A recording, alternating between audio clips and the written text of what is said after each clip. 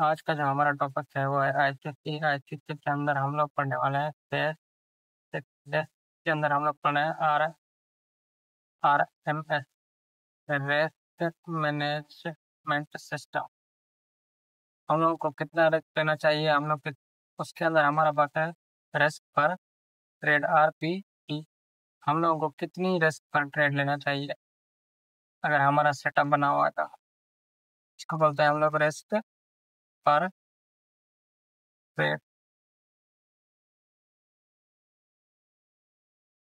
Rest पर trade हमारे पास क्या है, इस फेज 6 के अंदर हमारे पास ये दो टॉपिक हैं।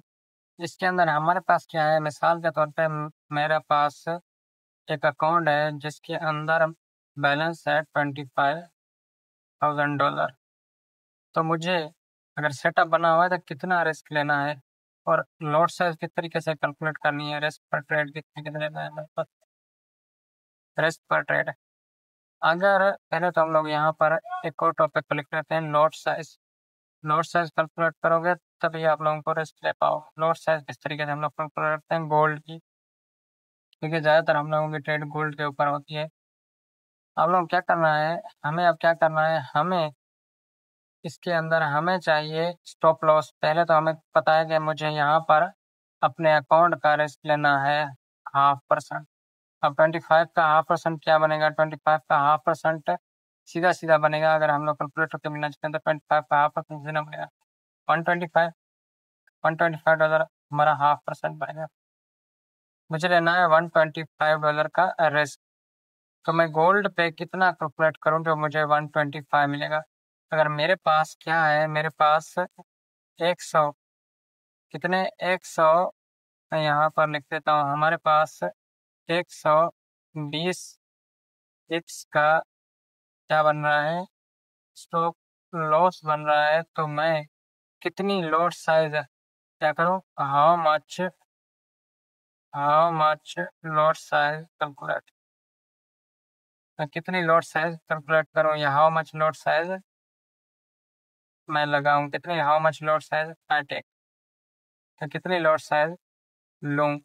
120 पिप का स्टॉप लॉस है, मुझे कितने डॉलर रिस्क लेना है, मुझे $125 क्या है रिस्क पर लगाना है स्ट्रेट पर। तो मैं कितनी लॉट साइज सिलेक्ट करूं। तो यहाँ पर हमारे पास गोल्ड है, तो हमें क्या करना है, यहाँ पर इस तरीके से 125। अब हमारे पास ये एक मेजरमेंट टूल है, इसको पकड़ना है और 120 हमारे पास। तो हमें क्या करना है, अब ये जो 1200 है ना, इसको क्या करना है, इसको 125 ऊपर रखना है रिस्क पर ट्रेड, और नीचे क्या रखना है, नीचे स्टॉप लॉस से हमें डिवाइड करना है। स्टॉप लॉस कितना आ रहा है, 1200। तो 125 क्या होगा, 1200। जब इसको डिवाइड करेंगे तो हमारे पास क्या आ जाएगी, हमारे पास लॉट साइज आ जाएगी।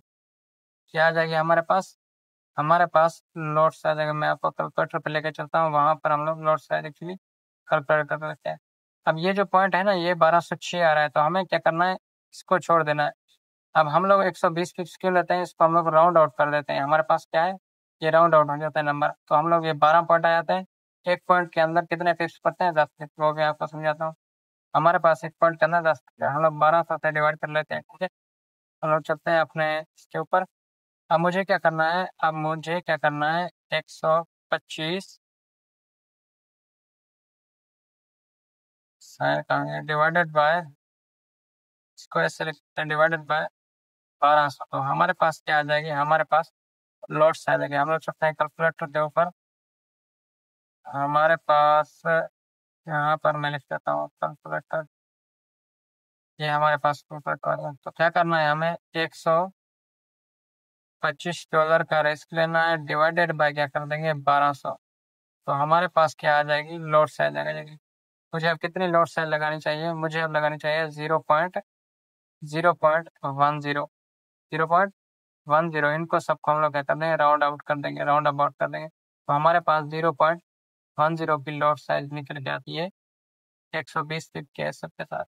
मुझे कितनी लॉट साइज निकल के आती है, मेरी लॉट साइज जो निकल के आती है वो होती है 0.10। तो हम लोग क्या लिखेंगे, इसको हम लिखेंगे लॉट साइज। कुछ इस तरीके से हम लोग अपनी लॉट साइज सेलेक्ट करते हैं। मुझे 125 जो लिस्ट लेना है, ये हमारे पास हो गई लॉट साइज।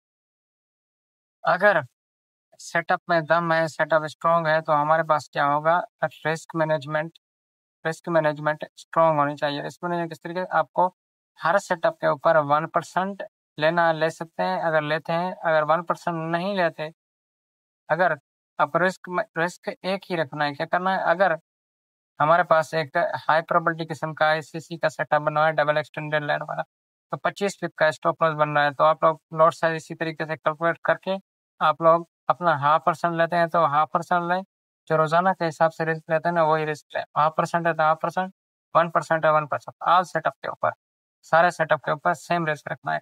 ऐसा नहीं एक सेटअप पे 2% रखा, एक सेटअप पे 2% कर लिया, दूसरे सेटअप पे कर लिया 3% कर लिया, और तीसरे सेटअप पे 4% कर लिया, इस तरीके से आपका अकाउंट कभी भी गिरो नहीं होगा। तो आपको हमेशा एक ही रखना है लॉट साइज और रिस्क। इसके बाद हमारे पास रिस्क पर ट्रेड आ गया, लॉट साइज आ गया। इसके बाद हमारे पास रिस्क मैनेजमेंट के अंदर, आरपीएम सिस्टम के अंदर, रिस्क मैनेजमेंट के अंदर हमारे पास आता है, जो हमारे पास क्या होता है, मैजिक कीज आती हैं, आप लोग ले सकते हैं मैजिक कीज। इसके अंदर टूल्स आते हैं, मैजिक की टूल्स आते हैं जो आप लोगों को रिस्क मैनेजमेंट करके देते हैं अच्छी तरीके से। 1% को आप लोग MT5 से क्या कर लोगे, को आप लोग क्या कर लोगे, MT5 से कनेक्ट कर लोगे, तो हमारे पास वो भी अच्छे तरीके से हमें रिस्क मैनेज करके देती है MT5। ठीक है, ये था हमारा थोड़ा सा टॉपिक। इसके अंदर ये भी हमारे पास टूल है। उसके बाद आप लोग